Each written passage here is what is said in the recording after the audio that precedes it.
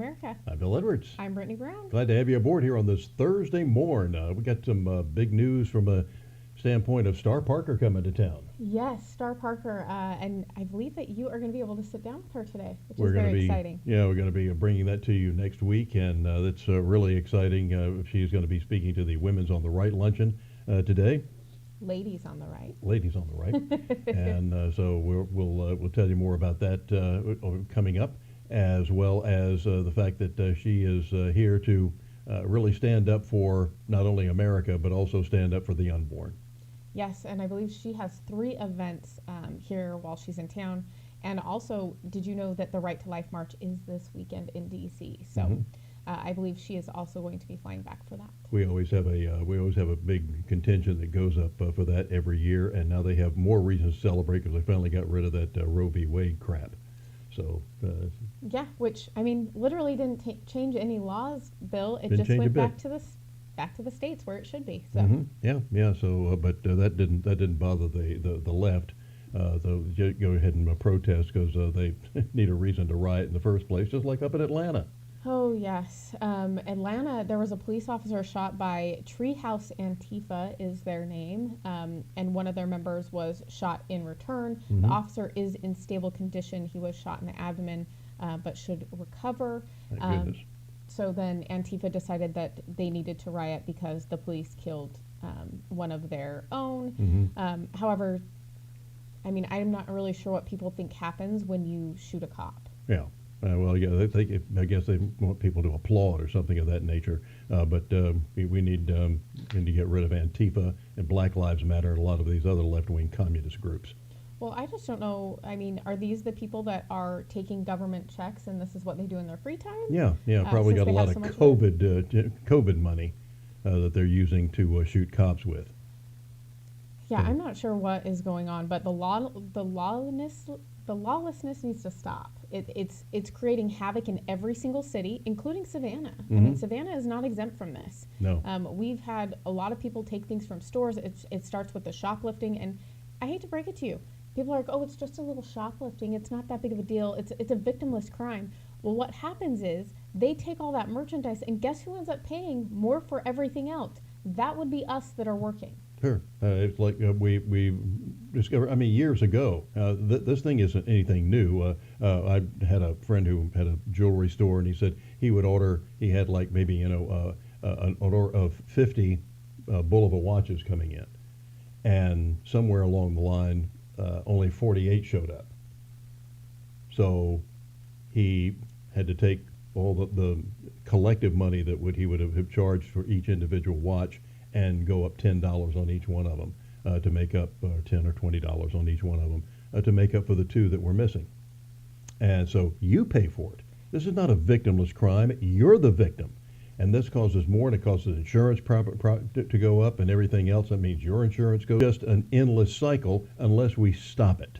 Yeah, and people that start at shoplifting, it tends to escalate from there. It doesn't, if they have no consequences, they're like, oh, I can get away with this. I'm going to start getting away with all these other things, like armed robbery. So, I think that it just escalates. We see the smash and grab guys that go into the jewelry stores and steal $1 million worth of merchandise in about 30 seconds and then leave. I'd like to say, and there are a few people who are fighting back. But there was the jewelry store that they had, Fox and Friends had this a couple of weeks ago, where this lady, something like $5.5 million worth of jewelry was stolen in about 45 seconds. Said she buzzed the guy in, and he just held the door open, and all of his buddies came in, and and he goes in, he pulls out a hammer. He said, "This is what hammers are for. I wish you'd have pulled out, like an AR-15 and said, this is what an AR-15 is for." And I can promise you it would have stopped immediately, if not sooner.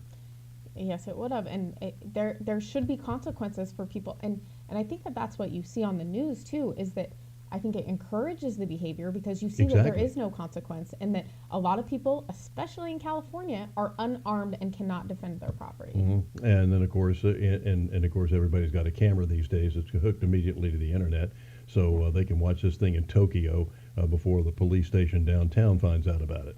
Yep. It's just just another day in the neighborhood, like the Savannah Chatham County School System that says a district employee has been reassigned after station charges. All right, let me repeat that line again. A Savannah Chatham County is reassigned after he was arrested on child molestation charges. Reassigned to what?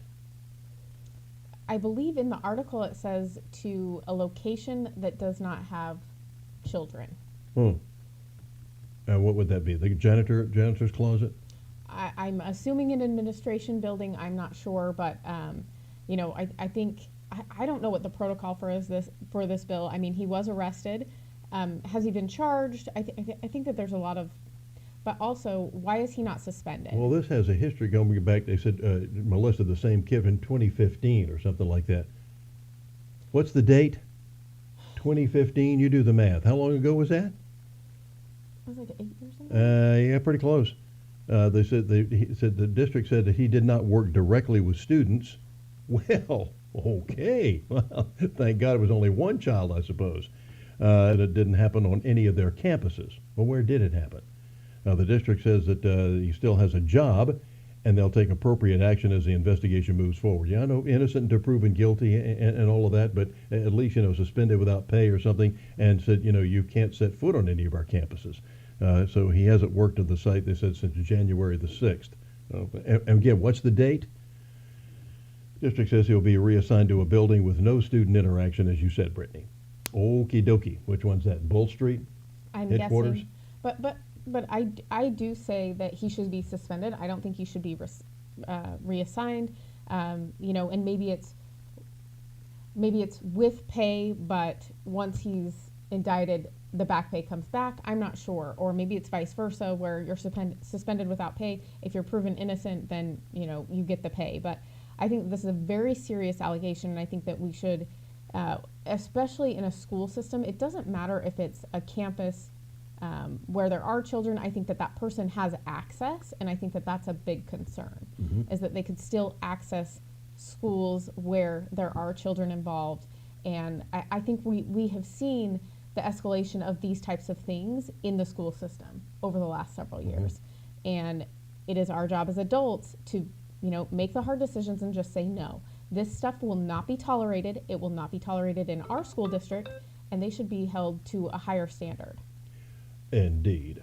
In fact, well, and also we have, of course, you just heard recently that our superintendent, who just signed a 2-year contract for a boatload of money, they weren't paying her enough, I guess, as it was, and they said, please take several $100,000 more because you need it. But she has announced she's going to be resigning at the end of the school year, last day June 30th.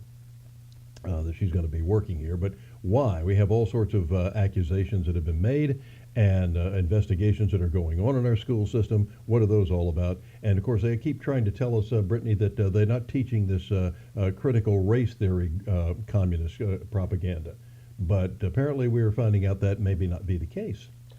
You're correct. They've just renamed it as something else. That's what they do. Also, there is a SPED investigation, which is to do with kids that need special services when they attend school. So whether they, maybe have some sort of trigger or something like that, they need to be accommodated for that.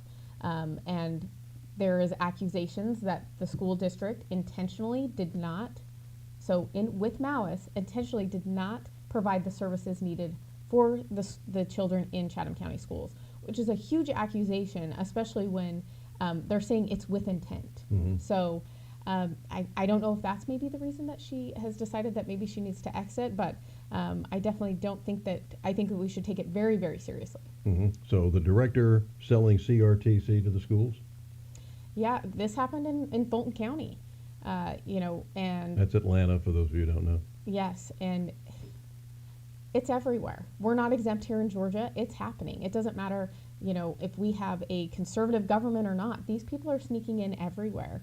So I think we could... let's take a look and see what's going on with that. And this was uncovered by Project Veritas. No, good for them. Yeah. They're everywhere. They are doing the Lord's work. There's no doubt about it. And of course, the lamestream media just sitting there. It's amazing how much they loved undercover investigations when they were doing them.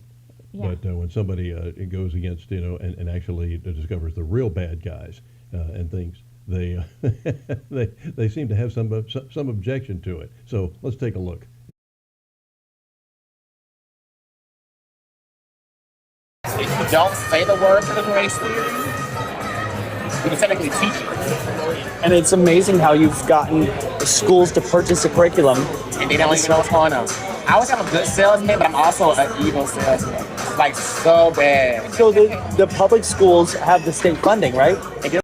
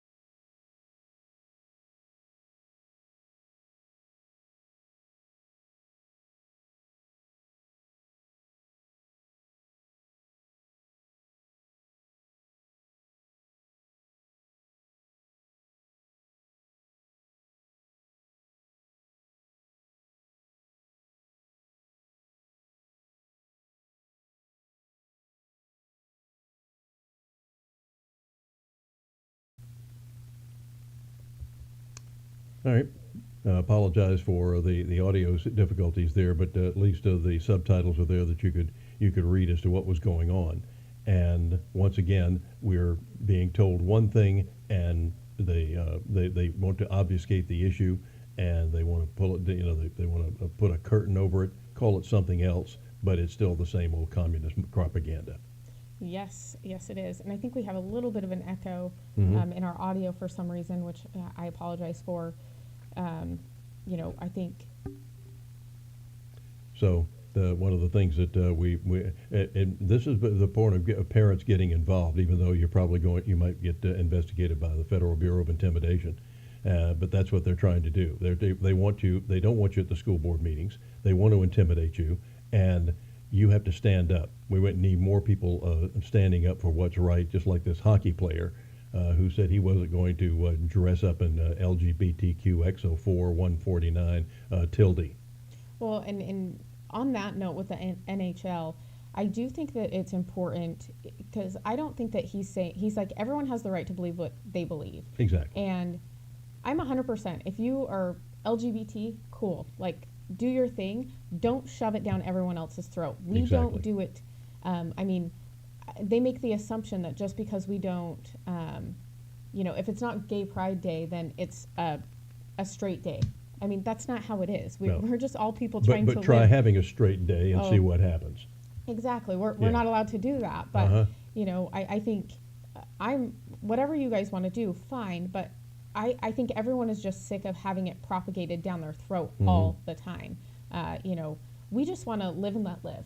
And, we've got to get back to that because what they're doing now, people are just done. I know that I am. Well, it's every television show that you see. It's every movie that comes along. Even the new Tom Hanks movie that I did happen to like. A man named Otto even had a little bit of a shot of transgenderism in there, but a good movie otherwise. It was a good movie as far as what he did as far as helping this kid, but the fact that it has to be in everything is just preposterous. Including sports, right? I mean, Oh yeah, it's, that used to be a release. it used to be.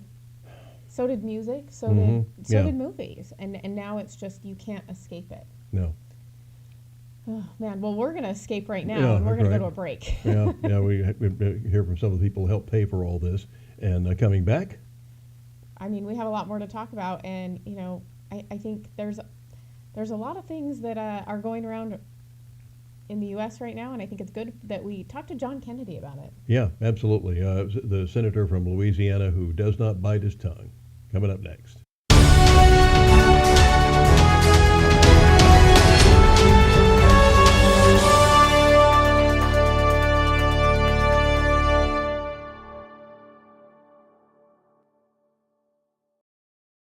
Bernard Williams Insurance and Financial Services, a locally owned and operated insurance company, proudly serving the Savannah community with integrity, security, and trust.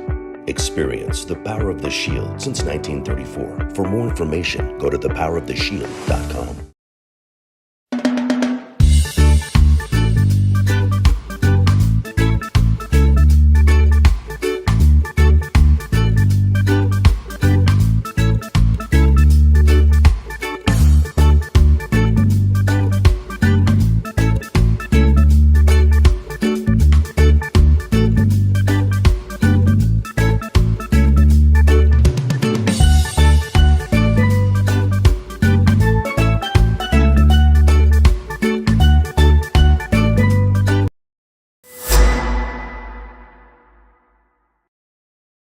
At Get Real America, we'd like to thank the Southeast Georgia Republican Assembly for all their efforts on making a difference in our communities. When you're looking to buy a business or sell a business, the experts at Best Business Brokers have you covered. Whether you're ready to cash in on your years of hard work or you're taking that first step in buying a business of your own, they're here to guide you through the process and make sure you get the best outcome possible. By having Best Business Brokers assist you when you buy a business or sell a business, they handle the legwork of the intricate process. This ensures a smooth transition of ownership, allowing you to get to work immediately or receive payment for your business as soon as possible. With base operations in Savannah and Charleston, they service all of Georgia and South Carolina. If you're considering starting a business here, the mild winters and 5-tiered economic areas make these the perfect places to do so. If you're ready to buy a business or sell a business, then you're ready to contact Best Business Brokers. Visit their website at b3brokers.com or call at 912-349-0940.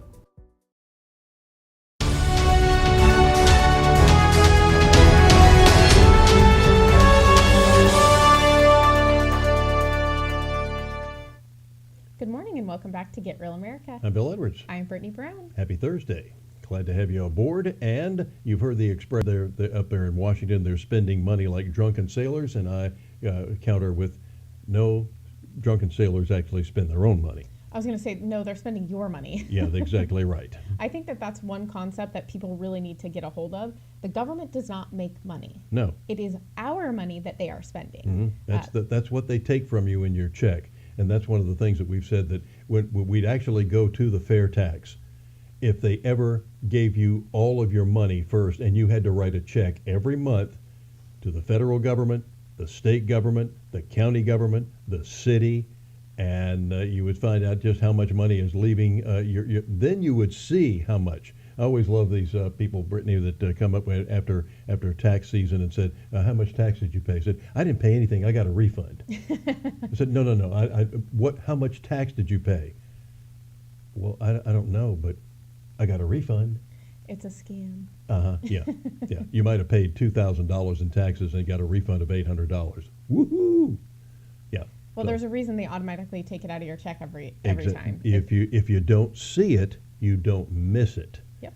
You're not mad about it. Yeah, but look, and of course now you don't even get it now with electronic deposit. You don't even get the pay slip anymore that shows you what's taken out where. John Kennedy is a fantastic senator from Louisiana, and he has a lot to say about this spin free for all that they're having up there in the nation's capital. He calls it. Well, tomorrow the U.S. will officially reach its debt limit. Treasury Secretary Janet Yellen warning that this could include delaying some government payments as the White House refuses to budge on its spending plans. We should be dealing with the debt ceiling without conditions. It is important. We're not going to work our way around this. We're not going to negotiate on this. This is the basic duties of Congress, is to deal with this issue. Why have a debt ceiling if you're never going to negotiate? GOP Senator John Kennedy sits on the Senate Budget Committee, joins us now. Hey, Senator, you happy with that tone? No. Look, when it comes to the debt ceiling, everybody wants the truth, but nobody wants to be honest. Here's the truth, as I see it. If you're going to have a party, you have to pay the band. If you're going to borrow money, you have to pay it back. That's true as a moral principle, and a principle of practicality. And you don't have to be a senior at Caltech to figure that out. Now, here's the truth part. Congress had a spending party. More specifically, the House Democrats, not the House Republicans. The Senate Democrats and a whole lot of Senate Republicans had a spending party. I didn't vote to do it. I would have been happy with a couple of beers after work, but they wanted to have a spending party, and it wasn't just Democrats in the Senate. A lot of Republican support. The omnibus, the so-called infrastructure bill, the CHIPS big tech bailout bill, even the gun control bill, which passed with Republican support, cost $15 billion. And that's the unvarnished truth. Now, are the House Republicans correct? Absolutely. I mean, the House Republicans have been pretty consistent. Their principle is when you run out of money, you don't get to spend anymore. And I agree with them. And I voted that way in the Senate. But here's what I fear will happen. The House Republicans are going to pass a bill raising the debt ceiling with cuts to spending. I'll support it. But when they send it to President Biden and Senator Schumer, those two gentlemen won't even pause their video games to look at it. They're going to say, no, we're not going to negotiate. Default if you want to. I'm working on a bill. I don't know if Senator Schumer will bring it to the floor. Don't even know if Senator McConnell will support it.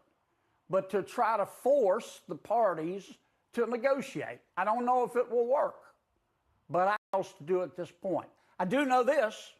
I am not going to vote to default on the debt of the United States of America, even though I didn't run it up. I'm not going to do it. I have a fiduciary obligation to the American people. I'm a senator. I've tried to rise above it, but I'm a senator. And I'm going to fulfill my fiduciary obligation. All right, Senator, we'll be watching because the debt ceiling deadline is tomorrow. Thank you so much for coming on. You have to love his comedy there. He always has a good one-liner waiting. He is classic. He really is, and tells it like it is. I loved his campaign ad when he was running for re-election recently. He said, vote for me. I won't let you down. I'd rather drink weed killer.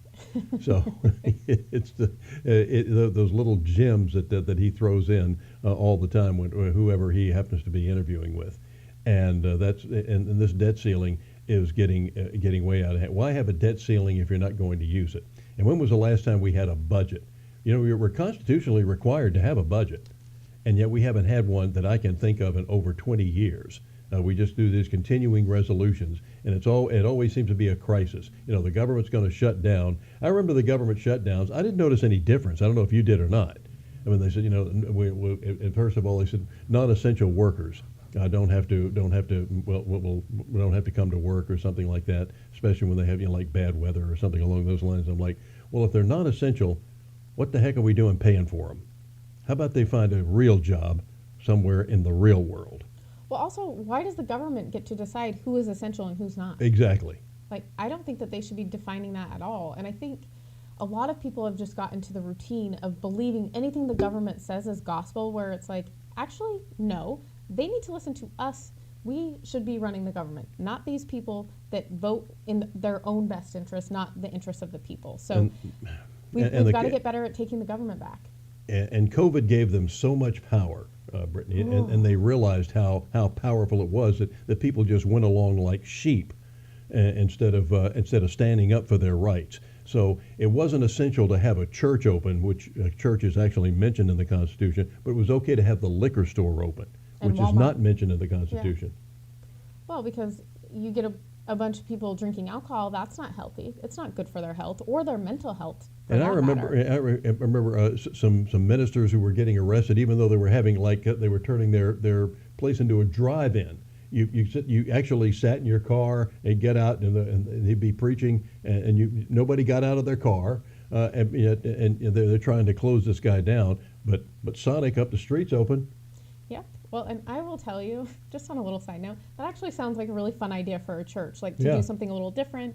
Actually, they have something like that in California. Robert Schuller's church was you could drive in, or you could come inside the Crystal Cathedral that the late great Robert Schuller had. That's amazing. See, I think that churches should start to get more creative with how they do sermons and things like that, because I think that they would pull in more younger people, which I think is why the churches are seeing a decline in a lot of their membership. Not true with Compassion Christian here, one of the mega churches here. I mean, the people coming in droves, and you can and they are from 3 months to Forest Lawn practically. Yeah, well, and I think CBC is the same way. They're just up the street from us here, but but they do church differently, I think, too. I think that, Compassion Christian, they're the ones that put on the journey, correct? Mm-hmm. I mean, I think that they do creative things like that. There's not a lot of churches doing that. Well, they first of all, they got a dynamic minister, Cam Huxford, who was the brainchild of this whole thing. That was his brainchild. And also his son, Harrison, that is, who, and both of them, and they give these dynamic sermons. And they tie it all in with what's going on today, and it's fun to be there. They give great examples. That there's a lot of and they do contemporary type of Christian music.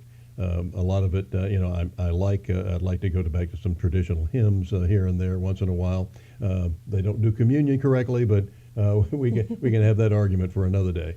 But they you have 4,000 or 5,000 people coming up every Sunday.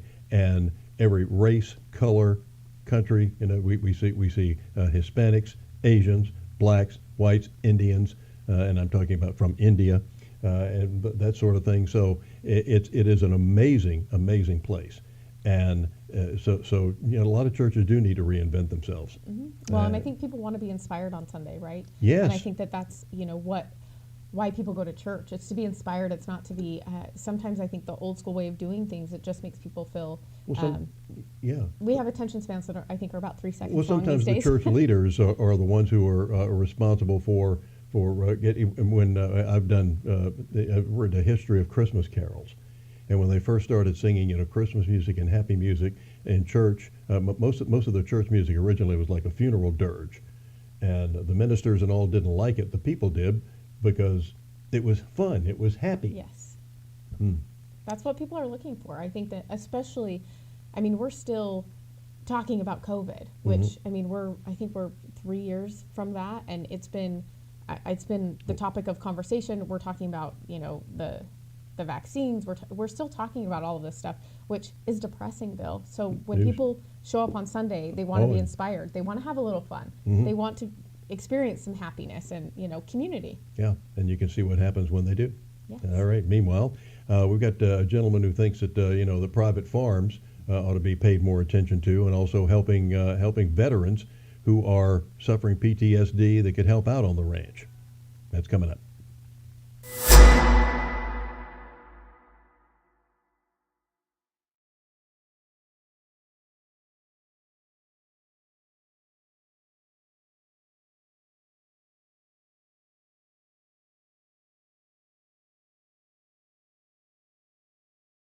At Get Real America, we want to promote your business to our conservative audience. At Get Real America, we want to make sure that the real story gets out, and you can help us as a sponsor or as an advertiser to make sure that word does get out to the community. Be a sponsor and support your local community here at Get Real America. I don't think it's an accident that I ended up writing music for a living, because I think I lived in a house where I saw how deeply it affected everyone in the house. And just how much everyone defined themselves by the music they listened to. Music as a framework, I think, gave my parents my identity from a young age. You can like any music that you want if it makes you feel happy. And I think of them in their happiest state, and it makes me happy. If they seem like they're having trouble talking about something, I try to tell them about a time when I felt something similar. Whatever the issue was, we would tell them the pros and cons and how important it was that they had come to us because we could always help them. I think the real important point, we always told them, no matter what you do, no matter what happens, we will help you through it no matter what it is. Bernard Williams Insurance and Financial Services, a locally owned and operated insurance company, proudly serving the Savannah community with integrity and trust. Experience the power of the Shield since 1934. For more information, go to thepoweroftheshield.com.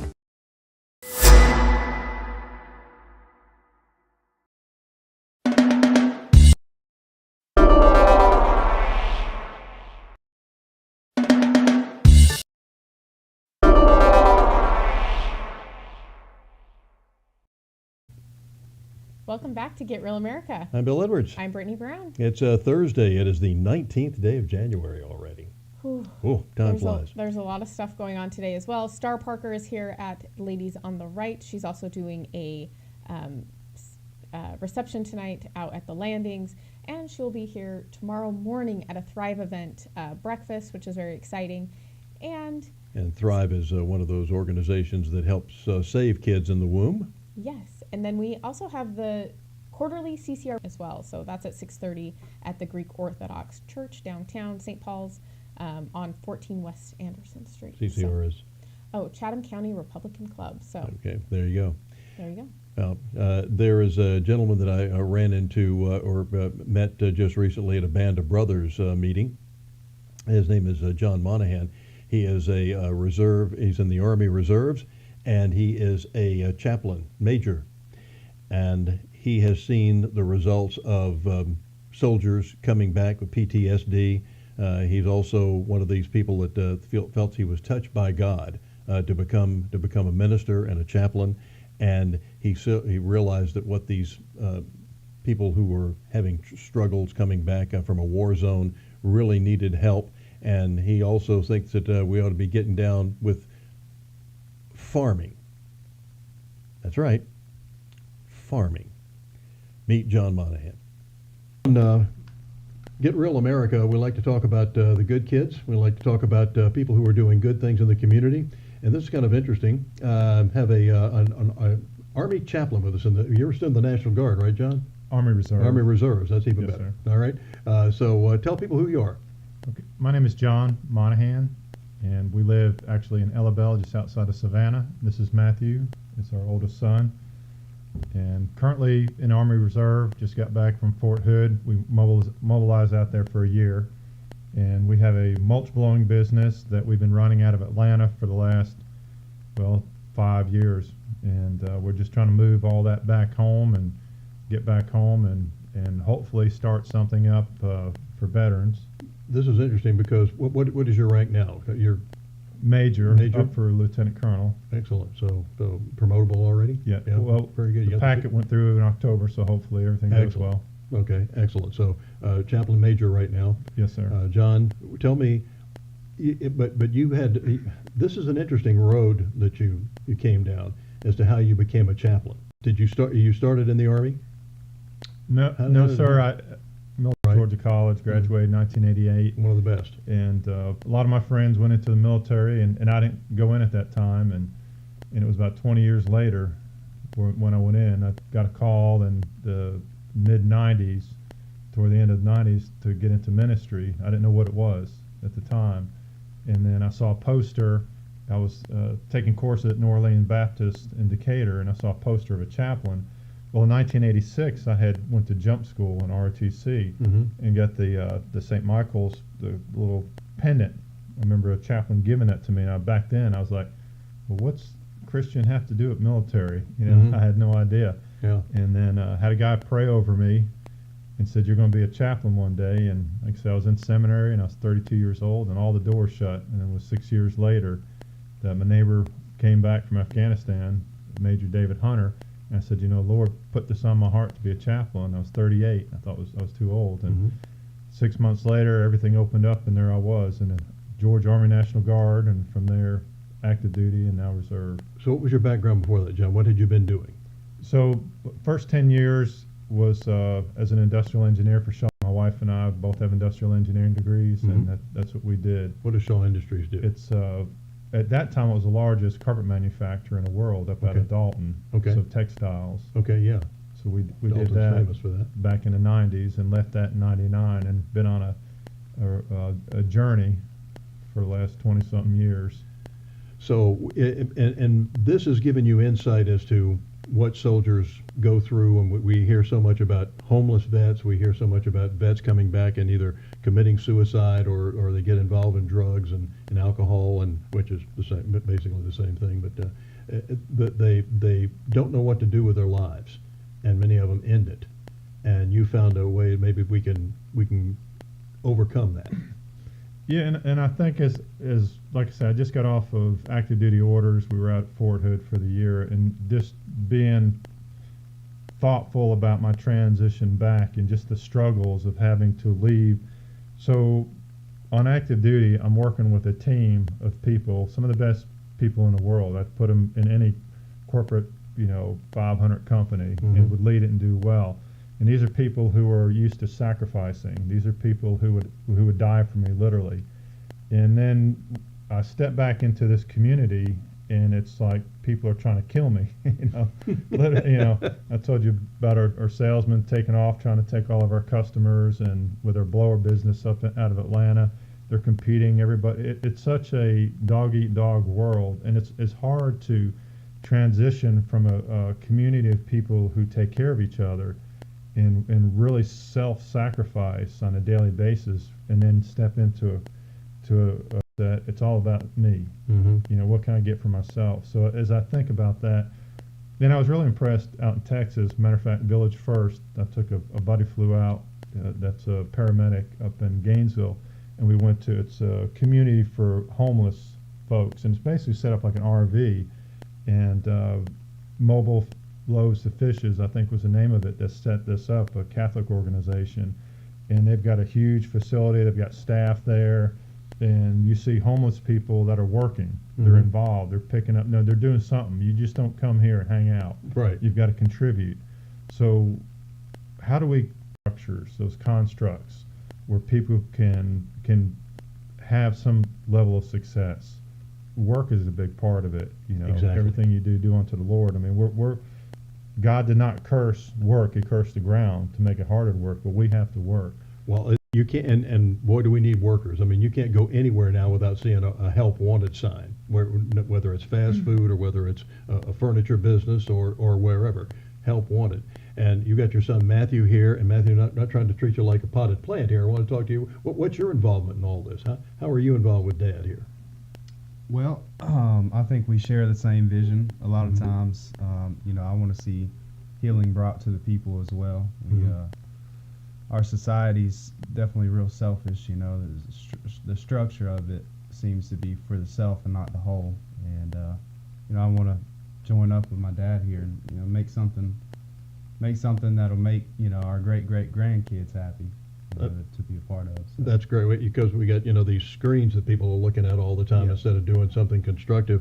And you want to do what? You want to be part of this as well, but you're looking into a mushroom business, and God knows, bless your heart, because I love mushrooms. That's right. Yeah. I'm looking at that being one of the starts to it all. Maybe trying to create a gourmet mushroom, a commercial mushroom grow operation, and let that start into, the path of it, I guess. Well, George is known for, cotton, peanuts, pecans, or pecans, chicken, but mushrooms doesn't usually come on the list, so maybe he can start a trend, and of course Vidalia onions, which go great with mushrooms, by the way. And what's cool is a lot of people that are growing mushrooms right now are looking at what to do with, say, cotton waste after they plow the fields, and then other peanuts as well, peanut hulls, and so they're taking all of the agriculture waste around Georgia, and you could take that and turn it into a substrate and use that as kind of a mulch a growing type thing. medium. Okay. Yep. Oh, super. For the mushrooms. All right. So you can use agriculture waste. Recycling, earth friendly, the whole bit. That's right. That's right. And so, John, what is your goal here, and how are you trying to get people to homeless vets or vets that are back and they're having these PTSD issues, and would getting them out on the farm or whatever going to sort of help out here? That's right. Yes, sir. So how do we? What we need help is creating a construct, creating a whether it be, obviously we're going to have land, and whether it be bees, chickens, cows, pigs. We can do hydroponics and creating that hard structure, but also the social structure around that to keep that going. And we'd have to have employees, obviously, but for every employee, I'm going to think you're going to need at least 10 volunteers. And there's a lot of veterans in this area that are retired that are looking for something to do. And I really believe volunteerism is key to your health. Like you mentioned earlier, getting off these screens and everything else. You know, Scripture said, "Blessed is the peacemaker," right? Exactly. And we can in the military we put down. It's not about what religion or what our belief system is. We have a goal. We have a set of values, that leadership values: loyalty, duty, selfless service, and these are what bring us together. And we're not looking at color of skin or what your thoughts are or not thoughts. We come together with a set of values, and how do we create a community environment where we can have healthy food, a co-op, right? Go ahead. And well, I was just going to say, let's talk about that, about healthy food, because there have been a lot of research now and criticism of people not eating healthy, that our food supply has other ingredients in it that are banned in some countries. And people complain about headaches. My wife, for example, cannot drink domestic wine. It gives her a headache. She can drink Italian wine or German wine, and she doesn't get a headache. There's something unusual about that. So, like your chickens need grass, right? They need grass because of chlorophyll that's in that grass, and that can heal a lot of issues that those chickens have. So because of the population, they're stacking these chickens and feeding them, and antibiotics or whatever they're putting in there, I don't know. But if there's people that are doing this on a larger scale, thousands of chickens, and moving them throughout a pasture, you got to move those chicken houses every day, and which means let's back up. Which came first, the chicken or the egg? I'd say neither. It's the chicken feed. Yeah. So really, we need to control that. We need to have a granary. We need to be able to make pellets. There's folks that are putting the pellets for the mushroom as your substrate, but also you can use that for heating. I mean, there's the folks that are doing large pellet mills are sending this stuff overseas right now because they're using it for heat. They're using it for electricity and things like that, clearing out thousands of acres. I'm not talking about doing that, but if we had, say, $1 million invested in a facility where that is now your co-op, excuse me, where, say, you have your own chickens and you want to bring them to process, and we can process them here. For every person trying to do that on their own, it just doesn't happen. And you've got chickens in your backyard, you think they're healthy, but there's no grass, right? The dirt, and then you're bringing those pathogens in and out of your house. I mean, it takes a lot of land and resources and work to really do it properly. And then non-GMO feed, working with farmers in this region that have non-GMO corn, non-GMO soybeans, if you're going to put that in. Well, we have we hear all the time about the problems with farms now, that we're not supporting our local farmers, that it's going to industrial dairies, industrial agriculture, as opposed to the private farm that this country was founded on, and the people that feed sides. And what are you seeing now as far as we hear about shortages of this, that, or the other, distribution problems? How are you talking about cattle as well that you're going to be working with? Yes, sir. And I think, like I asked the question, would you rather have one person give you $500 a day or 500 people give you $1 a day? That one person that's giving you $500 a day, something happens to them, you're out everything.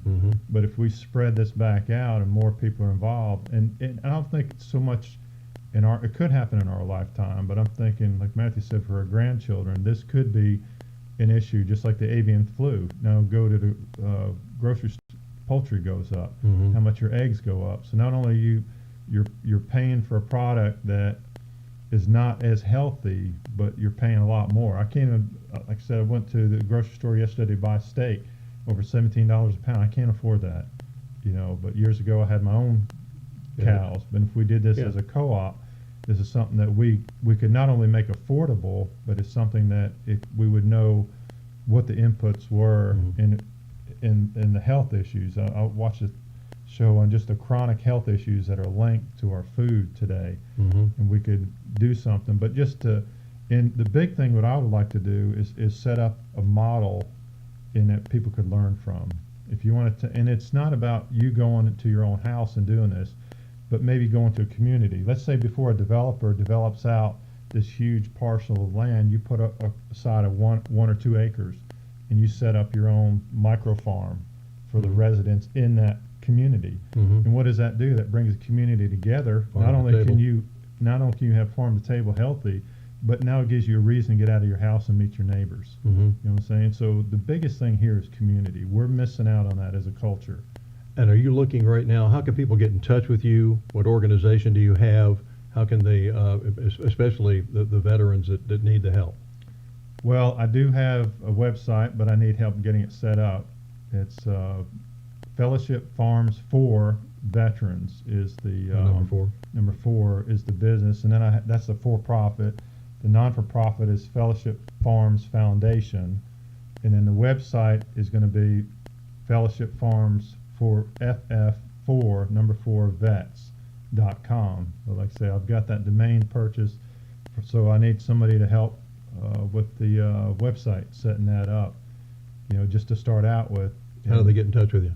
My phone number is area code 912-596-7549. That's 912-596-7549. Okay.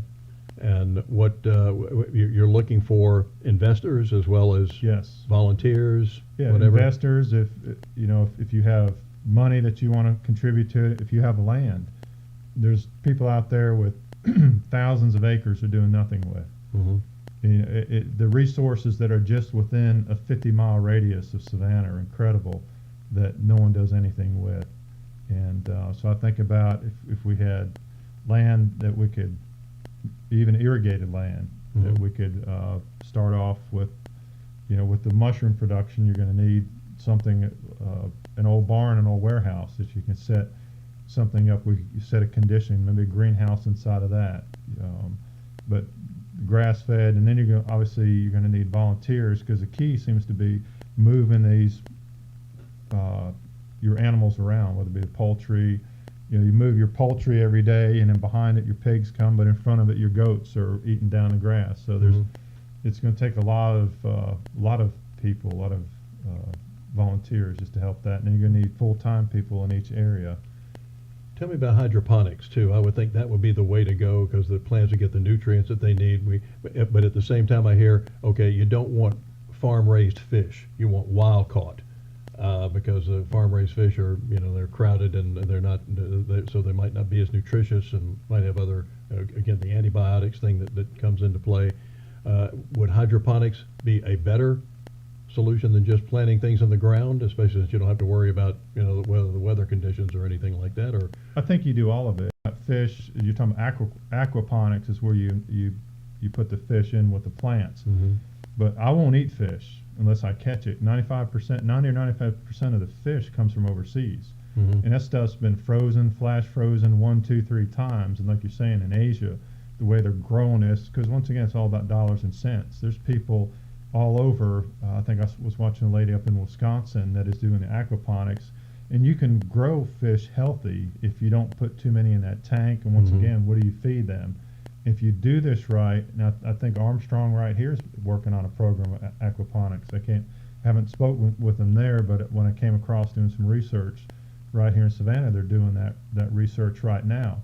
So how do we take that and bring it out into a community and make it for other communities to utilize? And what I'd like to do, what the Lord's put on my heart, is let us set up what a model looks like. This is what success looks like. This is what the hard ecosystem, and then this is what the social ecosystem and then how do you take this, learn from it, and going back to the veterans, is veterans are folks that are used to self-sacrifice. Mm-hmm.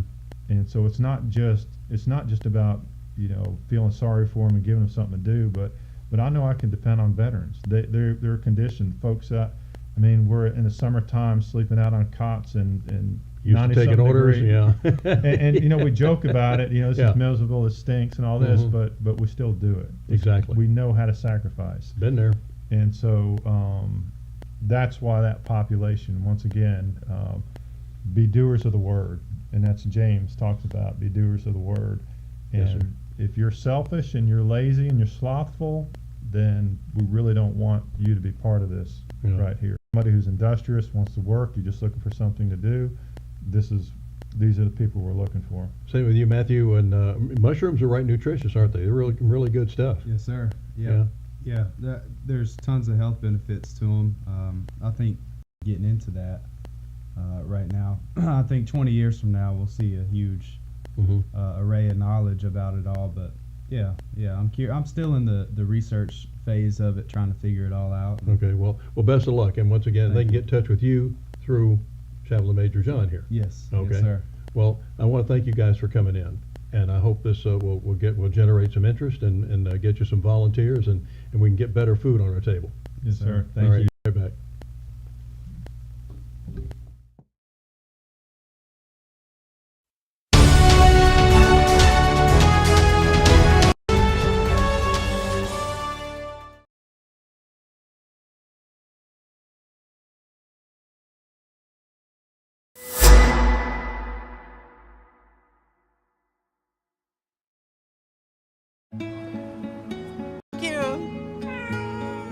What's wrong, mijo? Donating to a pet's medical care can keep families together. Pets and people belong together. Learn more at petsandpeopletogether.org. Bernard Williams Insurance and Financial Services, a locally owned and operated insurance company, proudly serving the Savannah community with integrity, security, and trust. Experience the power of the Shield since 1934. For more information, go to thepoweroftheshield.com.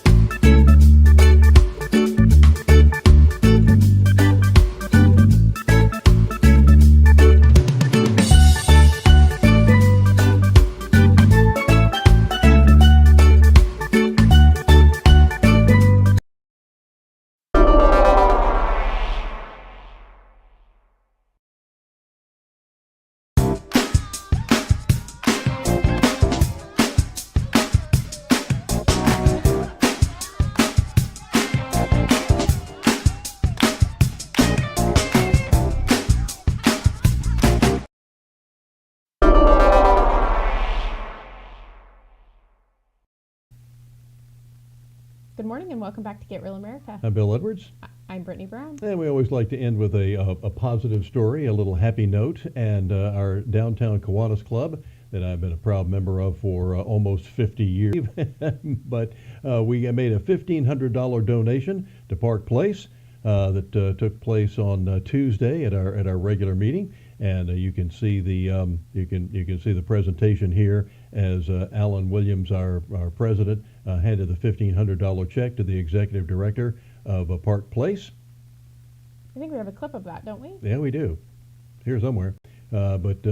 Provide youth emergency services for youth ages 11 through 21 that may be homeless, runaway, or at risk. May need services in lieu of foster care or in lieu of detentional. So the Kiwanis Club gave you a check presentation. What does it mean? What are you going to do with it? So we're very excited to get the check on behalf of Anna. What it will do is provide, assist us with some of our operational needs. We did have some emergency needs towards the end of the year, so it would help us offset some of those emergency costs. So you correct me if I'm wrong, so I'm understanding that your organization is a nonprofit organization? Correct. We do receive some funding from federal and state, but we do mainly depend on those, helping kind individuals and a lot of donors as well. So if there's others, I know they presented you a check here today, but if there's others that feel so inclined, hey, I want to help out the organization, how can they do so? They can most certainly give us a call. We are available 24/7, but they can reach us at 912-234-4048. We are located at 514 East Henry Street. Our website is Park Place Outreach YES.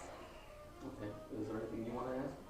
No. Is there anything you would like to add that maybe we didn't think to ask? And take your time. You can sometimes use, Adriana, donations in kind too, can't you? You don't need just money. I mean, if people want to come and volunteer and cook meals or... So we could always use in-kind services.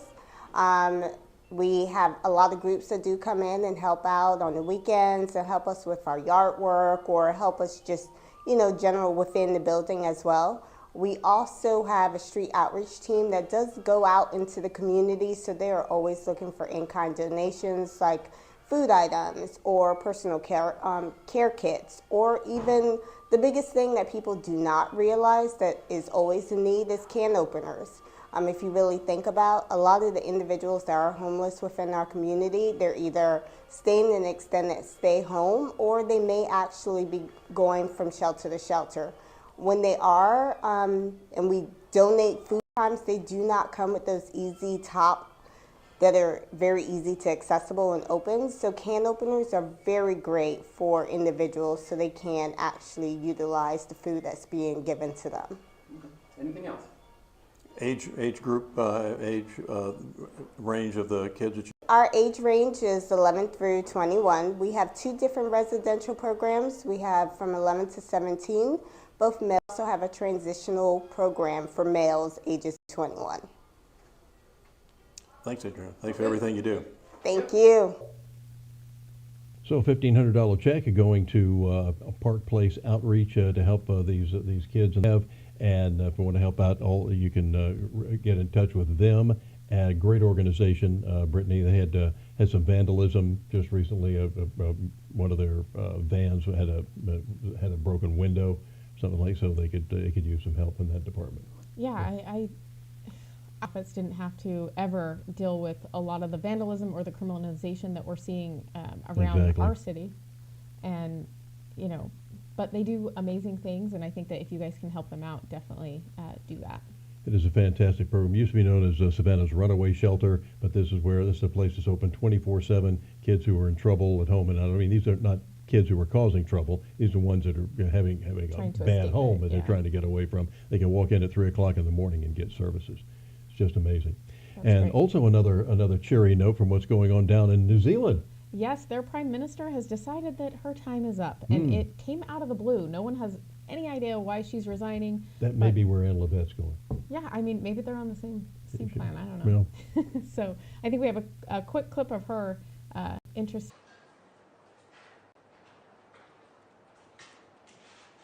And so today I'm announcing that I will not be seeking re-election, and that my term as Prime Minister will conclude no later than the 7th of February. Riddance. Yeah, really good news for the people of New Zealand. Hopefully someone that does better suited. Yeah, the communist that they had there who was shutting down the entire... I think they had a worse shutdown than Australia, and Australia was pretty bad. Yes, well, interesting that she was crying. It was kind of like she didn't want to do it. But you never know what's going on behind the scenes. No, you really don't. But to the New Zealanders, congratulations. Yeah. Happy news to end here on a Thursday, and we will see you guys next week. Yeah, we'll have interviews with Star Parker, among others, coming up.